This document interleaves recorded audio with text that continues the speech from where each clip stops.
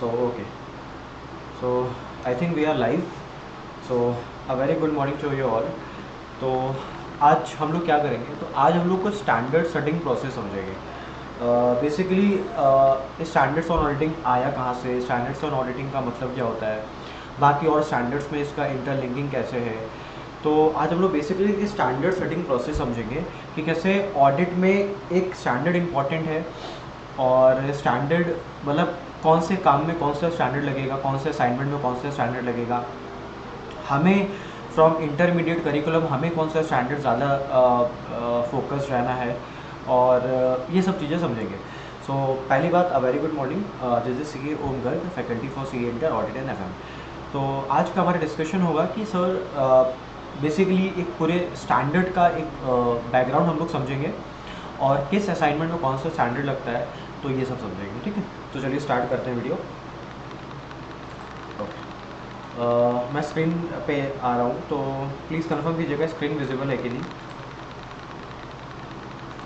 ठीक है, I hope screen visible होगी।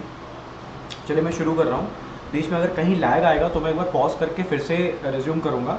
ठीक है, अगर कहीं लैग आता है तो। चलिए शुरू करते हैं स्टैंडर्ड सेटिंग प्रोसेस। तो पहले हेडिंग समझ लीजिए क्या करने वाले हैं आज।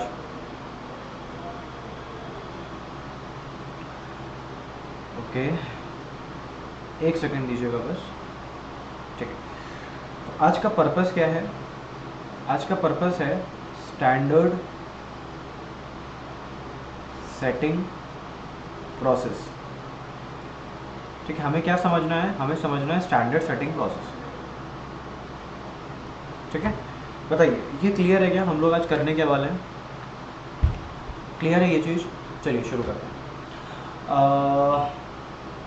पहले कुछ टर्म समझ लेते हैं। देखिए, इस लेक्चर को शुरू करने से पहले कुछ टर्म समझ लेते हैं। Let's understand some terminology. ठीक है, चलिए कुछ टर्मिनोलॉजी समझते हैं। ठीक है, ठीक है, देखिए समझिएगा आप लोग। देखिए, आप लोग बचपन से पढ़ते आ रहे हो कि फाइनेंशियल स्टेटमेंट हमारा मैनेजमेंट बनाता है, फिर उस फाइनेंशियल स्टेटमेंट की हम लोग एक सीए और उसकी ऑडिट करता है। लेकिन आज मैं तो समझते हैं कि हम लोग सीए को किस नाम से रेफ़र करते हैं, मैनेजमेंट को किस नाम से रेफ़र करते हैं। ठीक है, उसको समझते हैं पहले। देखिए देखिए एक ऑर्गेनाइजेशन पे जो मैनेजमेंट है, सुनिएगा, मैनेजमेंट है, उसकी रिस्पॉन्सिबिलिटी होती है। एक ऑर्गेनाइजेशन पे जो मैनेजमेंट होता है ना, उसकी रिस्पॉन्सिबिलिटी होती है फाइनेंशियल स्टेटमेंट बनाना। मेरी बात समझिएगा, हर एक ऑर्गेनाइजेशन पे मैनेजमेंट की रिस्पॉन्सिबिलिटी है फाइनेंशियल स्टेटमेंट बनाना। ठीक है, अच्छा चलिए ठीक है, ये तो हो गया। अच्छा, लेकिन ऑडिट की दुनिया में इसी मैनेजमेंट को हम लोग बोलते हैं रिस्पॉन्सिबल पार्टी। ऑडिट की दुनिया में इसको हम लोग बोलते हैं रिस्पॉन्सिबल पार्टी, और इसको हम लोग बोलते हैं फाइनेंशियल स्टेटमेंट को सब्जेक्ट मैटर। देखिए बेसिकली हम लोग आज कर क्या रहे हैं, हम लोग का आज पर्पस है स्टैंडर्ड सेटिंग प्रोसेस को समझना। थोड़ा सा लेंदी हो सकता है वीडियो, 30-45 मिनट्स का वीडियो हो सकता है, बट अगर आपको कुछ टर्म्स नहीं आती है ना, तो फिर नहीं समझ में आएगा स्टैंडर्ड सेटिंग प्रोसेस। तो मैं पहले आपको टर्म समझा रहा हूँ। ठीक है, ठीक है, ओके। तो मैंने आपको क्या बोला, हर एक ऑर्गेनाइजेशन पे, चाहे छोटी ऑर्गेनाइजेशन हो चाहे बड़ी ऑर्गेनाइजेशन हो, हर ऑर्गेनाइजेशन पे मैनेजमेंट का ही काम है क्या, फाइनेंशियल स्टेटमेंट बनाना। ठीक है, तो हम लोग मैनेजमेंट को क्या बोलते हैं, रिस्पॉन्सिबल पार्टी, और फाइनेंशियल स्टेटमेंट को क्या बोलते हैं, सब्जेक्ट मैटर। ठीक है, अच्छा अब आप मुझे बताओ, अब अगर ये सब्जेक्ट मैटर हम डायरेक्टली पब्लिक में सर्कुलेट कर देते हैं, मान लीजिए सारे पब्लिक है, ठीक है, ये फाइनेंशियल स्टेटमेंट हम डायरेक्टली मतलब विदाउट किसी के इंडिपेंडेंट एग्जामिनेशन के अगर हम लोग ये डायरेक्टली पब्लिक को दे देते हैं, तो आप बताइए क्या पब्लिक को कॉन्फिडेंस होगा इस फाइनेंशियल स्टेटमेंट में? मतलब मेरा कहने का मतलब क्या है कि पब्लिक डाउटफुल सिचुएशन पे होगी कि एकदम कॉन्फिडेंट सिचुएशन पे होगी? कहीं ना कहीं डाउटफुल सिचुएशन पे होगी। मैंने क्या बोला, अगर ये फाइनेंशियल स्टेटमेंट मैं डायरेक्टली पब्लिक को दे देता हूँ, सर्कुलेट कर देता हूँ कि बाबा ये हमारी अभी तक की परफॉर्मेंस है पूरे साल की, आप लोग एक बार गो थ्रू कर लीजिए, तो कहीं ना कहीं उनको डाउट होगा कि भाई कुछ ना कुछ मैनिपुलेशन है, कुछ ना कुछ टैंपरिंग है, कुछ ना कुछ घपला है इसमें, ठीक है। तो वो कहीं ना कहीं डाउटफुल सिचुएशन पे होंगे, ठीक है, वो कहीं ना कहीं डाउटफुल सिचुएशन पे होंगे। मैं इसको मिटा रहा हूँ क्योंकि इसका मुझे काम अभी फ़िलहाल नहीं है, ठीक है। तो वो कहीं ना कहीं डाउटफुल सिचुएशन पे होंगे। तो इसलिए हम लोग पहले क्या करते हैं इस फाइनेंशियल स्टेटमेंट को एक सीए से, सीए मतलब सीए को हम लोग बोलते हैं प्रैक्टिशनर, एक सीए को हम लोग क्या बोलते हैं, प्रैक्टिशनर, एक प्रैक्टिशनर से हम लोग इवैल्यूएट करवा लेते हैं, अच्छा, और वो इवैल्यूएट कैसे करता है, जो भी उसकी क्राइटेरिया होगी अगेंस्ट द गिवन क्राइटेरिया। अच्छा, अब क्राइटेरिया क्या होती है, क्राइटेरिया मतलब वो आपका financial statement as per AS बना है क्या, ठीक है, आपका फाइनेंशियल स्टेटमेंट मतलब मेरे स्टैंडर्ड्स और ऑडिटिंग के हिसाब से बना है क्या, और भी कुछ रेगुलेशंस है तो उसके हिसाब से बना है क्या। तो वो एक सीए, एक चार्टेड अकाउंटेंट, एक प्रैक्टिशनर, एक ऑडिटर, वो सब कुछ इवैल्यूएट करता है अगेंस्ट द क्राइटेरिया, और उसके बाद फिर वो अपनी ओपिनियन फॉर्म करता है। अच्छा, अब किस में ओपिनियन फॉर्म करता है, अपने ऑडिट रिपोर्ट में। किस में वो अपनी ओपिनियन फॉर्म करता है, अपने ऑडिट रिपोर्ट में। फिर इस फाइनेंशियल स्टेटमेंट के साथ उसकी वो ऑडिट रिपोर्ट अटैच होके जाती है, और फिर जब ये पब्लिक को सर्कुलेट होती है तो पब्लिक का कॉन्फिडेंस डेफिनेटली क्या होता है, इनहेंस होता है। देखिए मैंने आपको क्या बोला, मैं यहाँ पे कुछ टर्मिनोलॉजी की बात कर रहा हूँ, ठीक है। देखिए आपको समझना बहुत ज़रूरी है, अदरवाइज़ नहीं तो आपको स्टैंडर्ड सेटिंग प्रोसेस नहीं समझ में आएगा, ठीक है। देखिए मैंने आपको क्या बोला, हर एक ऑर्गेनाइजेशन पे, चाहे वो छोटी ऑर्गेनाइजेशन हो चाहे वो बड़ी ऑर्गेनाइजेशन हो, मैटर नहीं करता है, लेकिन हर ऑर्गेनाइजेशन पे मैनेजमेंट की सोल रिस्पॉन्सिबिलिटी है कि वो फाइनेंशियल स्टेटमेंट को बनाए, टाइमली बनाए, ठीक है। अच्छा, फाइनेंशियल स्टेटमेंट को अगर हम डायरेक्टली पब्लिक को सर्कुलेट कर देते हैं तो फिर कहीं ना कहीं पब्लिक कहीं ना कहीं डाउटफुल सिचुएशन में होगी। पब्लिक को लगेगा कि भाई कहीं ना कहीं रिलायबिलिटी उतनी स्टैब्लिश नहीं हो पाएगी from the point of view of public, ठीक है। तो करना क्या पड़ता है, तो फिर ज़रूरी है उस फाइनेंशियल स्टेटमेंट को इवैल्यूएट कराना किसी थर्ड पार्टी से, और वो थर्ड पार्टी कौन होता है, हमारा प्रैक्टिशनर, ठीक है। तो हम लोग मैनेजमेंट को कैसे रिफर करते हैं, as responsible party. Financial statement को कैसे रिफर करते हैं, एज सब्जेक्ट मैटर। पब्लिक को, अच्छा एक चीज़ छूट गया मेरा, पब्लिक को हम लोग रिफर करते हैं, ठीक है, पब्लिक को हम लोग रिफर करते हैं as intended users. Intended users का मतलब ये है, ये फाइनेंशियल स्टेटमेंट बन किसके लिए रहा है अल्टीमेटली, ठीक है। फाइनेंशियल स्टेटमेंट के यूजर्स कौन है, फाइनल यूजर्स कौन है, ठीक है। तो वही मैंने बोला कि ठीक है, तो बीच में फिर एक प्रैक्टिशनर आता है, उससे हम लोग ऑडिट कराते हैं, वो इवैल्यूएट करता है कि बाबा ये फाइनेंशियल स्टेटमेंट सारे क्राइटेरिया को मीट कर रहा है क्या। फिर वो अपनी ऑडिट रिपोर्ट देता है, मतलब अपनी ओपिनियन सर्व करता है, किसमें, ऑडिट रिपोर्ट में ओपिनियन सर्व करता है। फिर इस फाइनेंशियल स्टेटमेंट के साथ ये ऑडिट रिपोर्ट अटैच होकर जाती है, पब्लिक में जाती है, तो पब्लिक का कॉन्फिडेंस क्या होता है, इनहेंस होता है। लास्ट टाइम बोल रहा हूँ, फिर से बोल रहा हूँ, ढंग से सुनिएगा।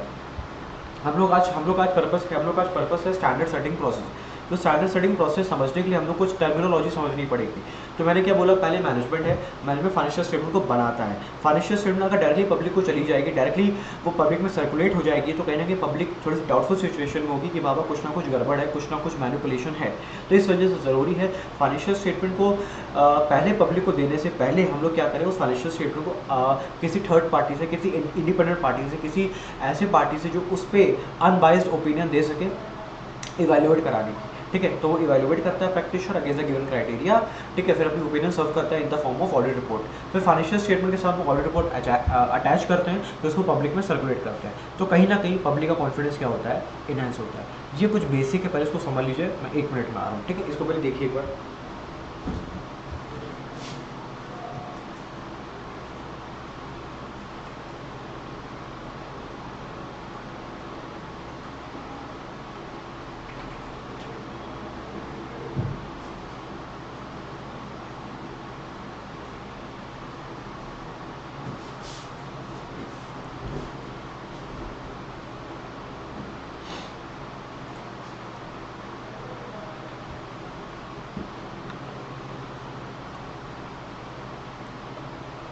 चलिए डन है, चलिए आगे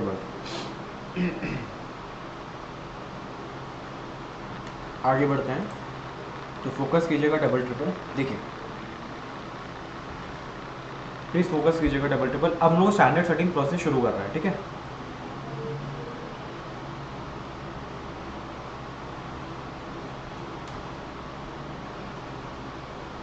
देखिए, एक चार्टेड अकाउंटेंट मतलब कौन? प्रैक्टिशनर। एक चार्टेड अकाउंटेंट मतलब कौन? प्रैक्टिशनर। ये चार्टेड अकाउंटेंट दो तरीके की सर्विसेज देता है। ये चार्टेड अकाउंटेंट दो तरीके की सर्विसेज देता है। एक होता है एश्योरेंस सर्विसेज,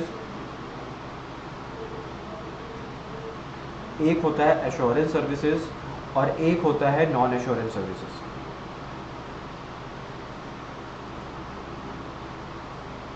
देखिए प्लीज़ इस बेसिक को समझ लीजिए ना, तो अदरवाइज आपको नहीं समझ में आएगा। देखिए मैंने क्या बोला, एक प्रैक्टिशनर हमें दो तरीके की सर्विसेज देता है, या तो एश्योरेंस होता है या नॉन एश्योरेंस होता है। एश्योरेंस का मतलब क्या होता है? एश्योरेंस का मतलब क्या होता है कि जिसमें वो प्रैक्टिशनर अपने सर्विसेज के हेल्प से, अपने सर्विसेज के हेल्प से कॉन्फिडेंस ऑफ इंटेंडेड यूजर्स बढ़ाता है। मतलब अपने सर्विसेज के हेल्प से वो इंटेंडेड यूजर्स ऑफ कॉन्फिडेंस बढ़ाता है, उसी को हम लोग बोलते हैं एश्योरेंस सर्विसेज। मैंने क्या बोला? प्रैक्टिशनर अपने सर्विसेज के हेल्प से कॉन्फिडेंस ऑफ इंटेंडेड यूजर्स बढ़ाता है, उसको हम लोग क्या बोलते हैं? Assurance services. वही वैसे वर्षा उल्टा, मतलब प्रैक्टिशनर के सर्विसेज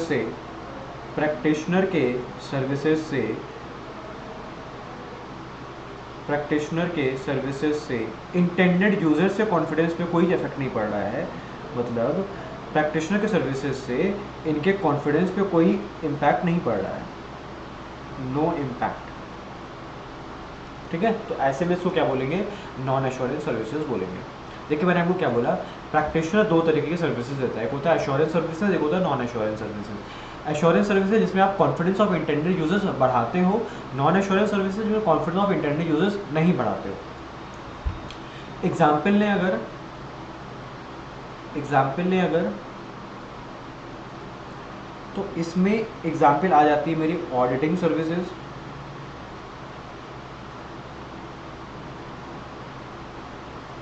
रिव्यू सर्विसेज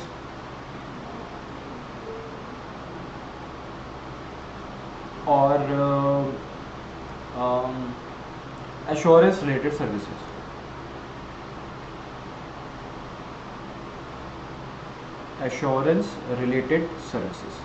ठीक है। तो एश्योरेंस सर्विसेज में क्या क्या आ गई? ऑडिट की सर्विसेज, रिव्यू की सर्विसेज और एश्योरेंस रिलेटेड सर्विसेज। समझेंगे एक एक करके, प्लीज़ पेशेंस रखिएगा। दूसरा नॉन एश्योरेंस सर्विसेज में, जैसे आपने कोई अकाउंटिंग सर्विसेज दे दी क्लाइंट को,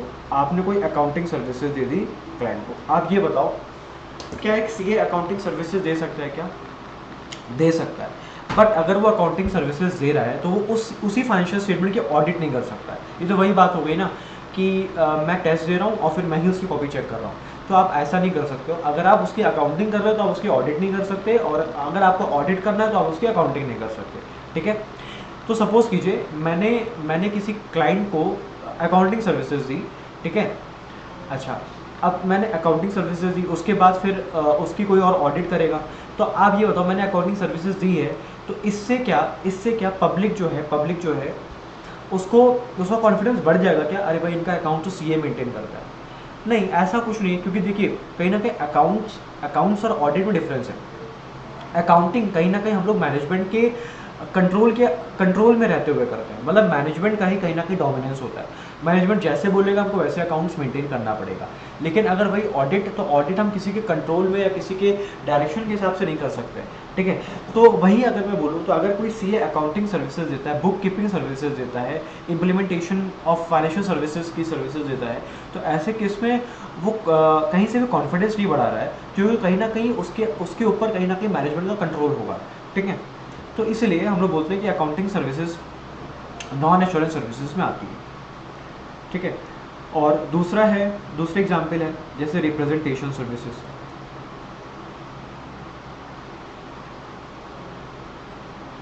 रिप्रेजेंटेशन सर्विसेज क्या है? जैसे आपको ही पता है, या अगर नहीं भी पता है तो समझ लीजिए, एक सीए क्लाइंट को रिप्रेजेंट कर सकता है। रिप्रेजेंट करने का मतलब ये है कि कोर्ट में जाके क्लाइंट के केस लड़ सकता है। अच्छा, कौन से मैटर्स में?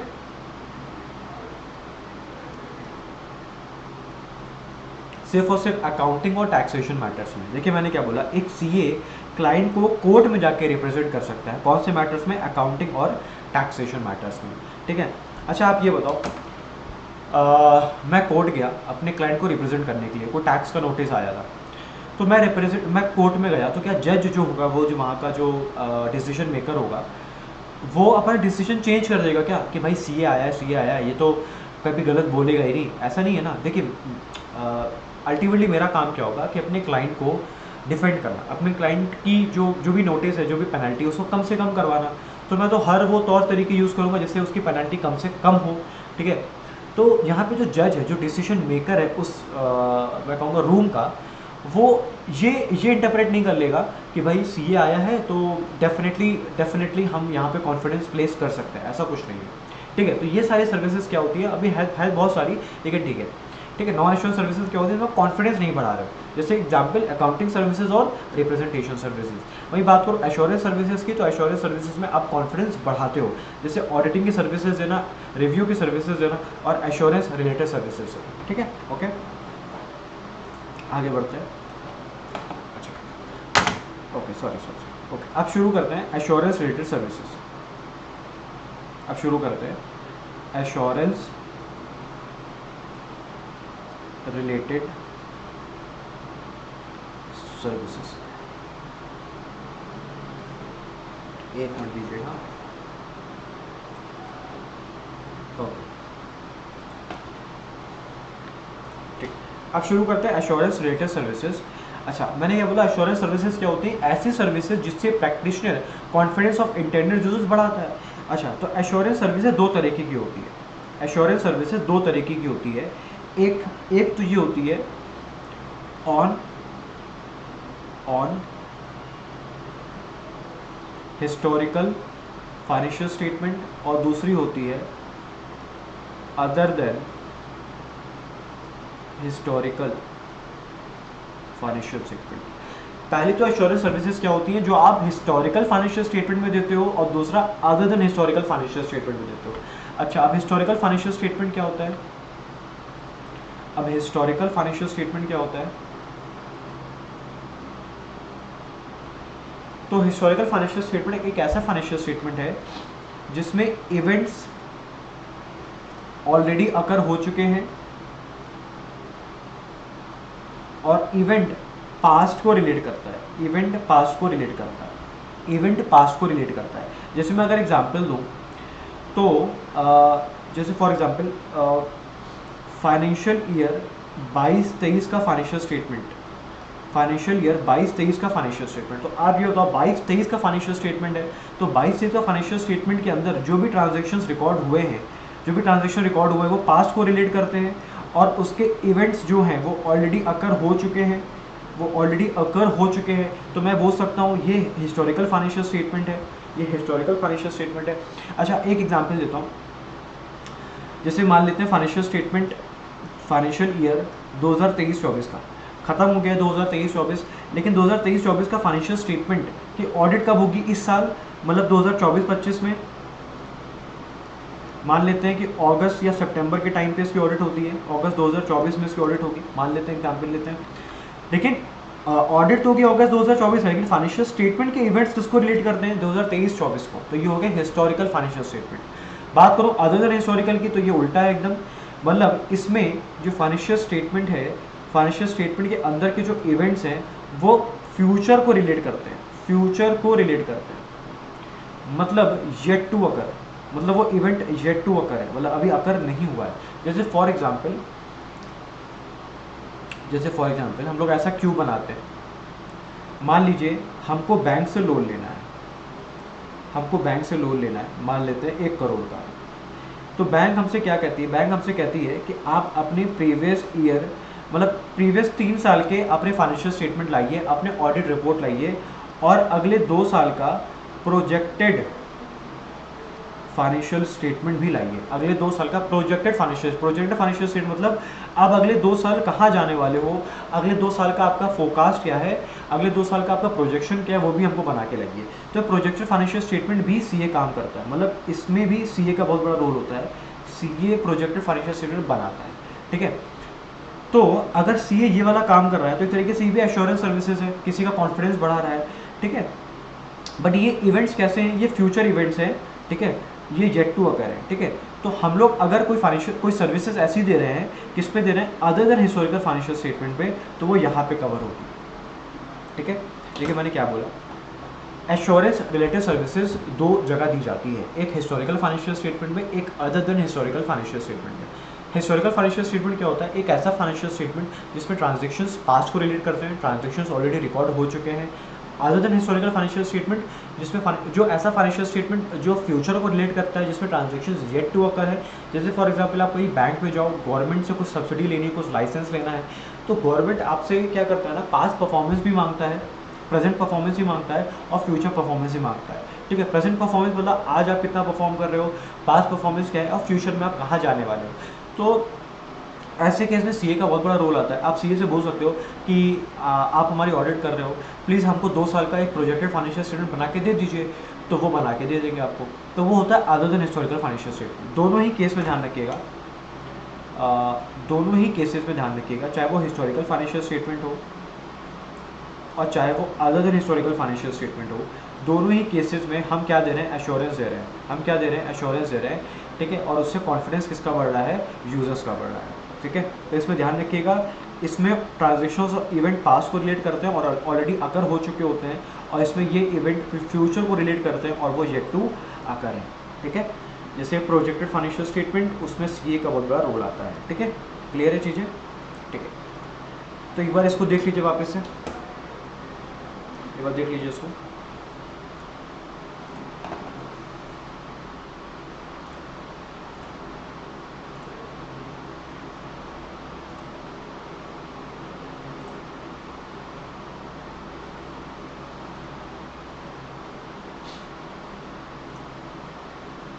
हो गया, इसको भी देख लीजिए एक बार।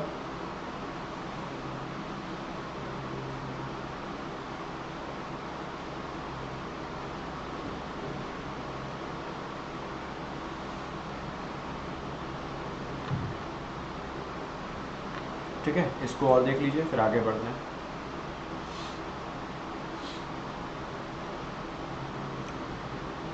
ठीक है, आगे बढ़े, ठीक है, ठीक है। अब हिस्टोरिकल फाइनेंशियल स्टेटमेंट के 2 टाइप्स हैं, सुनिएगा। हिस्टोरिकल फाइनेंशियल स्टेटमेंट के 2 टाइप्स हैं।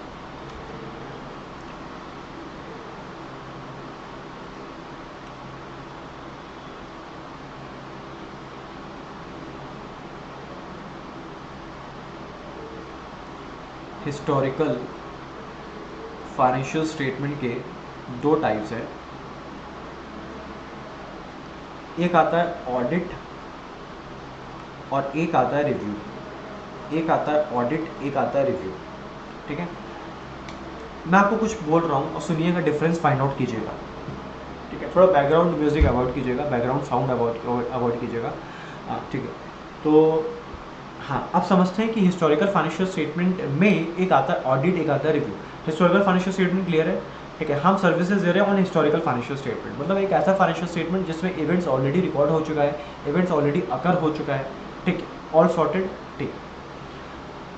अब बात करते हैं कि हिस्टोरिकल फाइनेंशियल स्टेटमेंट में 2 चीज़ आती है, एक आता है ऑडिट, एक होता है रिव्यू। समझते हैं इसको। ऑडिट में पहले मैं डिफरेंस लिख देता हूँ।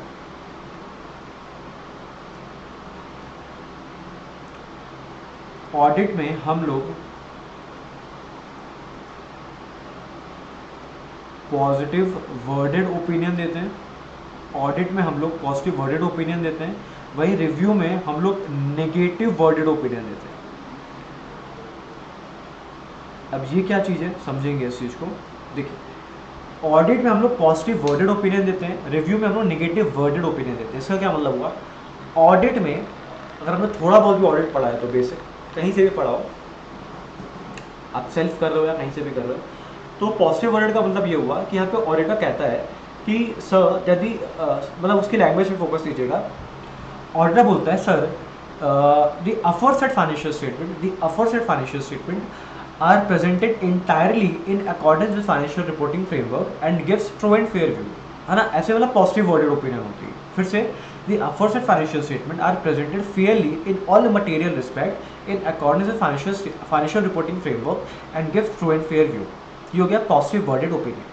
एक होता है negative worded opinion. Negative worded का मतलब क्या है, कुछ लैंग्वेज ऐसी होती है कि हमें इस पूरे फाइनेंशियल स्टेटमेंट में, हमें इस पूरे ऑडिट में हमें ऐसा कुछ नहीं मिला जिससे हम ये कह सकें कि फाइनेंशियल स्टेटमेंट में कुछ कमियां हैं। लैंग्वेज में फोकस कीजिएगा। रिव्यू में हम लोग क्या कहेंगे कि सर हमें पूरे ऑडिट के दौरान, पूरे रिव्यू के दौरान हमें ऐसा कुछ नहीं मिला जिससे हम ये कंक्लूड कर सकें कि इस फाइनेंशियल स्टेटमेंट में कुछ कमियां हैं। मतलब अगर इंग्लिश में बोलूँ तो nothing has comes to our attention to conclude that the financial statement are not presented fairly in accordance with financial reporting framework। ठीक है, तो कहीं ना कहीं नेगेटिव वर्डेड ओपिनियन होता है। अच्छा, दूसरा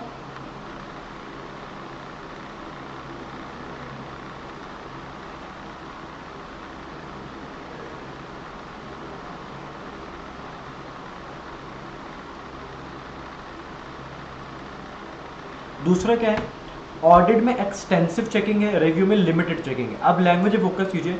ऑडिट में मैं ऐसा बोल रहा हूँ कि सर द फाइनेंशियल स्टेटमेंट जो मैंने सर्टिफाई किया है, जो मैंने ऑडिट किया है, वो हर तरीके से फेयर है, ट्रू है। ठीक है, मतलब यहाँ पे मैं बहुत ज़्यादा रिस्क ले रहा हूँ।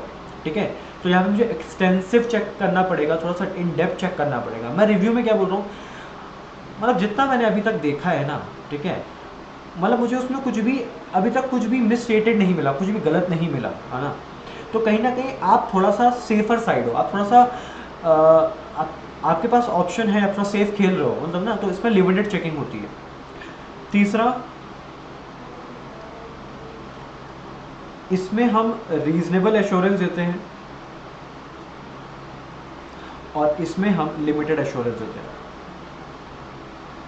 देखिए, उस लैडर को मत भूलिएगा। एक पहले होता है गारंटी, फिर होता है रीजनेबल एश्योरेंस, फिर होता है लिमिटेड एश्योरेंस या मॉडरेट एश्योरेंस, फिर होता है नो एश्योरेंस। मैं बना दे रहा हूँ एक बार, देखिए।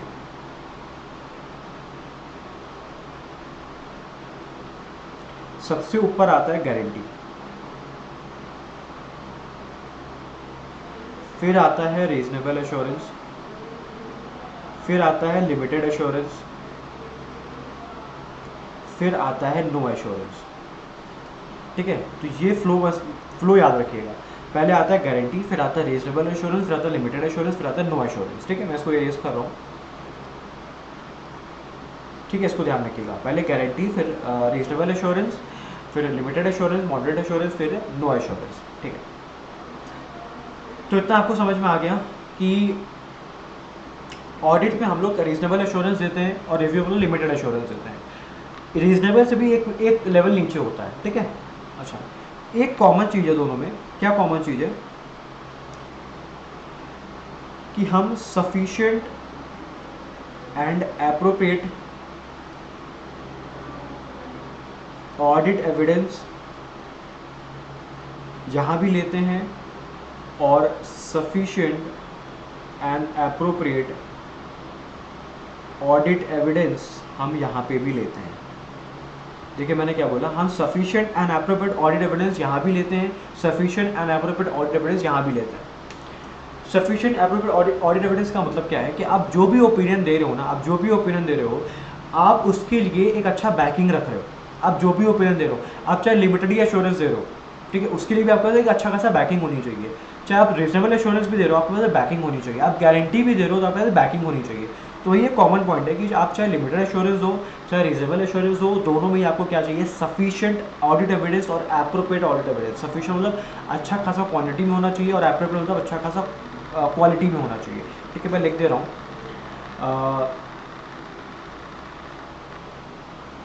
सफिशिएंट का मतलब ये है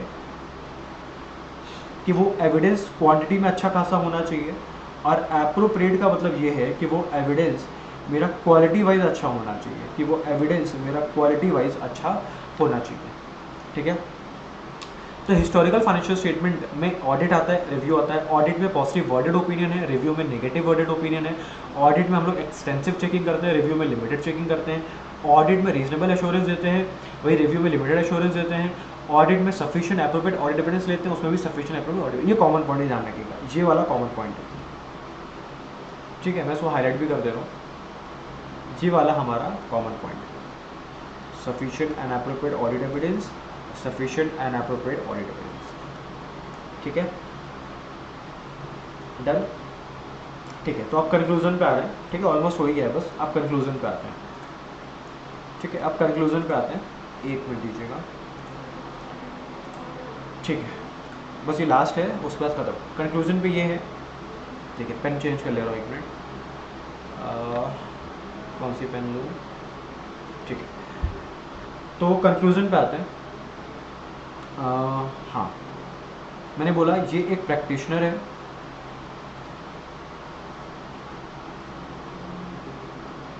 ठीक है। वो हमें 2 तरीके की सर्विसेज देता है, जो शॉर्ट में लिख रहा हूँ। एक होता है एश्योरेंस सर्विसेज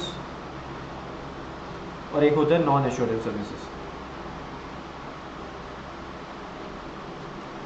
एश्योरेंस सर्विस 2 चीज़ में दी जाती है, एक होता है हिस्टोरिकल फाइनेंशियल स्टेटमेंट, एक होता है other than historical financial statement,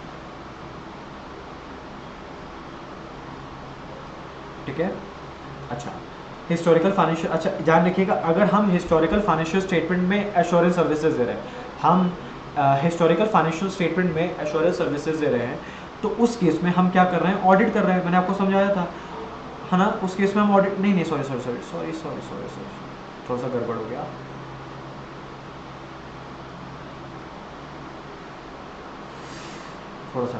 कोई बात नहीं, ठीक। अच्छा, हिस्टोरिकल फाइनेंशियल स्टेटमेंट 2 चीज़ आती है, एक होता है ऑडिट करना और एक होता है रिव्यू करना, ठीक है। अच्छा, अब सही है, एक होता है ऑडिट करना, एक होता है रिव्यू करना। तो अगर हम ऑडिट कर रहे हैं तो जाहिर सी बात है कि हमारे ऊपर क्या लग जाएगा, स्टैंडर्ड्स ऑन ऑडिटिंग। अगर हम ऑडिट कर रहे हैं या ऑडिटिंग सर्विसेज दे रहे हैं तो हमारे ऊपर क्या लग जाएगा, स्टैंडर्ड्स ऑन ऑडिटिंग। अच्छा, अगर हम रिव्यू कर रहे हैं तो उस केस में लग जाएगा स्टैंडर्ड ऑन रिव्यू इंगेजमेंट। अगर हम रिव्यू कर रहे हैं तो हमारे ऊपर लग जाएगा स्टैंडर्ड ऑन रिव्यू इंगेजमेंट। और अगर हम किसी क्लाइंट का प्रोजेक्टेड फाइनेंशियल स्टेटमेंट बनाते हैं, प्रोजेक्टेड फाइनेंशियल स्टेटमेंट, तो उस केस में लग जाएगा standard on assurance assurance engagement, मतलब इसको हम लोग बोलते हैं SAE। और एक होता है नॉन एश्योरेंस, तो मतलब इसमें कौन सा स्टैंडर्ड लग जाएगा, इसमें लग जाएगा स्टैंडर्ड ऑन रिलेटेड सर्विसेज। इसमें कौन सा स्टैंडर्ड लग जाएगा, स्टैंडर्ड ऑन रिलेटेड सर्विसेज, मतलब SRS, ठीक है। अच्छा, एक चीज़ ध्यान रखिएगा, एक चीज़ और ध्यान रखिएगा, सिर्फ इसी में हम लोग रीजनेबल एश्योरेंस देते हैं, सिर्फ इसी में हम लोग रीजनेबल एश्योरेंस देते हैं, क्योंकि यही टिपिकल ऑडिट है। इसमें हम लोग कोई एश्योरेंस नहीं देते हैं, क्योंकि मैंने अभी आपको बोला ये नो एश्योरेंस सर्विसेज है, इसमें हम लोग कोई एश्योरेंस नहीं देते हैं। और इसमें मैंने आपको अभी समझाया, इसमें हम लोग लिमिटेड एश्योरेंस देते हैं या मॉडरेट लेवल ऑफ एश्योरेंस देते हैं, जैसे आपको समझ लीजिए। और इसमें बताइए हम लोग कौन सी एश्योरेंस देते हैं, सोचिए बताइए, इसमें हम लोग कौन सी एश्योरेंस देते हैं, लिमिटेड की, मॉडरेट की, नो एश्योरेंस, बताइए सोच के। हम लोग किसी का फ्यूचर प्रेडिक्ट कर रहे हैं, हम लोग किसी का फ्यूचर प्रेडिक्ट कर रहे हैं, तो उसमें हम बहुत ज़्यादा कॉन्फिडेंस नहीं दे सकते उनको, क्योंकि हमको ही पता है कि फ्यूचर्स आर अनसर्टेन, है ना। तो हम यहाँ पे भी हम लोग लिमिटेड ही एश्योरेंस देंगे, मतलब हम बस इस चीज़ का कॉन्फिडेंस लेंगे कि हम जो भी प्रोजेक्शंस कर रहे हैं वो रीजनेबल है। बहुत ज़्यादा स्पेकुलेटिव प्रोजेक्शंस नहीं है, बहुत ज़्यादा अनरीजनेबल प्रोजेक्शंस नहीं है, ठीक है। हमारा जो आज का अभी तक का परफॉर्मेंस है, हम लोग उसके हिसाब से प्रोजेक्शंस कर रहे हैं।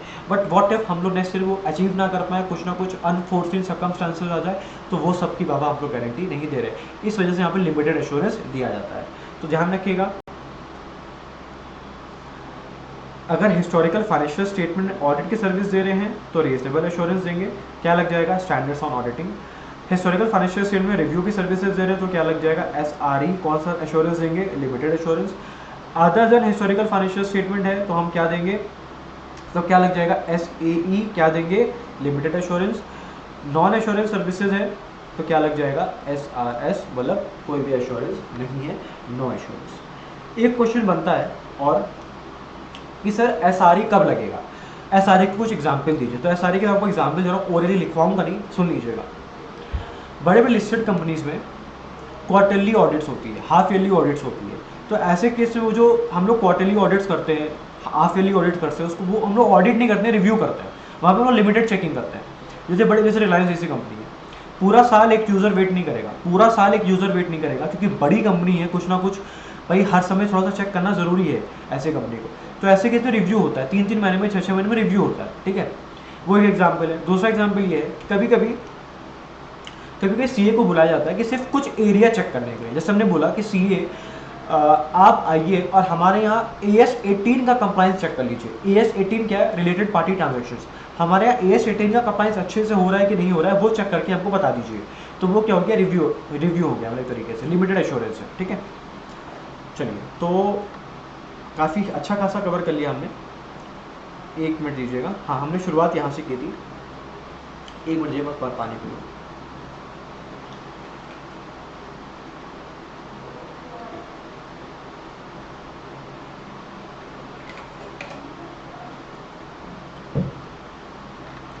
देखिए, हमने शुरुआत यहाँ से की थी। स्टैंडर्ड सेटिंग प्रोसेस है। पहले हमने कुछ टर्मिनोलॉजी समझी। मैनेजमेंट फाइनेंशियल स्टेटमेंट बनाता है, सब्जेक्ट मैटर को हम लोग इवेल्युएट कराते हैं अगेंस्ट बाई इंडिपेंडेंट पार्टी, उसको बोलते हैं प्रैक्टिशनर। फिर उसका रिपोर्ट फाइनेंशियल स्टेटमेंट के साथ अटैच होकर पब्लिक को जाता है, ठीक है। ये सारी चीज़ें हमने समझी।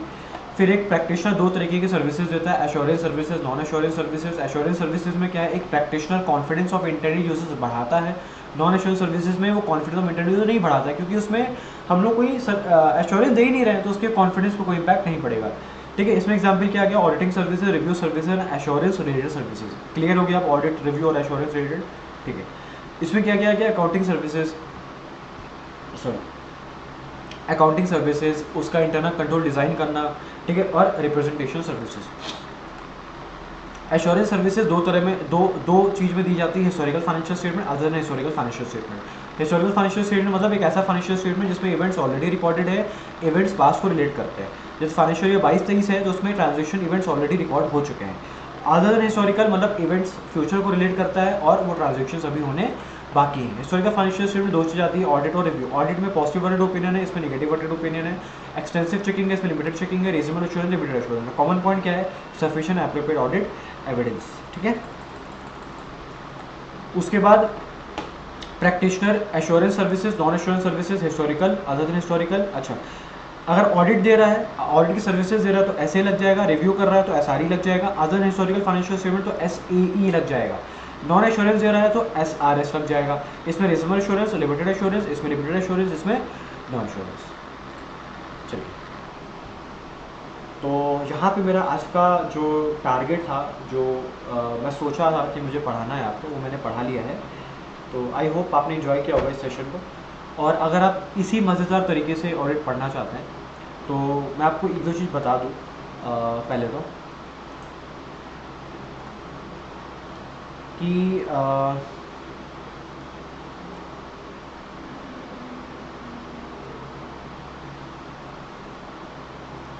ठीक है, तो आप हमारी गॉर्स की साइट, ठीक है, गॉर्स की साइट चेक कर सकते हैं, ठीक है। और वेबसाइट आप चेक कर सकते हैं, या नहीं तो हमारा सेंटर भी है, ठीक है, हमारा सेंटर भी है, लाल बाग में भी हमारा सेंटर है, और हमारा आशियाना में भी सेंटर है, ठीक है। हमारे यहाँ सीए इंटर की सारी क्लासेस चलती हैं except law, all classes except law. अच्छा, मैं लखनऊ की बात कर रहा हूँ, ठीक है, ठीक है। अच्छा, मेरे सब्जेक्ट्स क्या क्या है, माई सब्जेक्ट्स, तो मैं आपको ऑडिट पढ़ाता हूँ और फाइनेंशियल मैनेजमेंट और स्ट्रेटेजिक मैनेजमेंट भी पढ़ाता हूँ, ठीक है। आप गौर से वेबसाइट चेक कर सकते हो। और इन्फॉर्मेशन के लिए सेंटर हमारा लालबाग, आशियाना, 2 जगह सेंटर है लखनऊ में। सी इंटर की सारी क्लासेस चलती हैं एक्सेप्ट लॉ, लेकिन हाँ, लॉ के फैकल्टी हम लोग बहुत जल्दी लाने वाले हैं। मेरे सब्जेक्ट्स क्या क्या होंगे, ऑडिट और फाइनेंशियल मैनेजमेंट और स्ट्रेटेजिक मैनेजमेंट, ठीक है।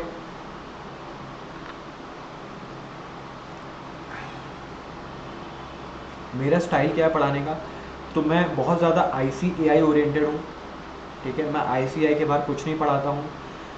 हर चैप्टर की आपको चैप्टर वाइज PPT मिलेगी, चैप्टर वाइज PPT मिलेगी, चैप्टर वाइज टेस्ट होगा आपका, चैप्टर वाइज हर चैप्टर का टेस्ट होगा, चैप्टर वाइज क्यूमुलेटिव रिविजन्स होंगे, हर चैप्टर का क्यूमुलेटिव रिविज़न हम लोग करते हैं, ठीक है। तो ये सारी आपको मिलने वाला है, और कहीं ना कहीं मेरा पर्सनल गाइडेंस तो रहेगा ही आपको, ठीक है। पर्सनल गाइडेंस 1-on-1 रहेगा, ठीक है। अगर मैं आपको थोड़ी सी PPT भी दिखाऊँ अपनी कि हम PPT कैसे बनाते हैं, तो ये देखिए, ये कुछ हमारी PPT ऐसे बनती है, ठीक है। कुछ कुछ काफ़ी कंटेंट तो आपको ICAI से कॉपी पेस्टेड मिलेगा, कुछ कुछ कंटेंट मेरा होता है, जैसे ऑडिटिंग, वाई ऑडिटिंग क्यों कराना ज़रूरी है, ठीक है। ये सब भी देखिए बुक की लैंग्वेज है एज इट इज़, लेकिन हम लोग थोड़ा सा पिक्टोरियल प्रेजेंटेशन डाल देते हैं कि ताकि बोरिंग ना लगे पढ़ने में। तो आप कंटेंट देख सकते हैं, ये हमारा कंटेंट है पूरा, ठीक है। तो ऐसा हमारी हर चैप्टर की PPT होती है, ठीक है। तो आई होप आपको सेशन में मज़ा आया होगा। तो this is it from my side. Stay blessed, stay happy, bye bye.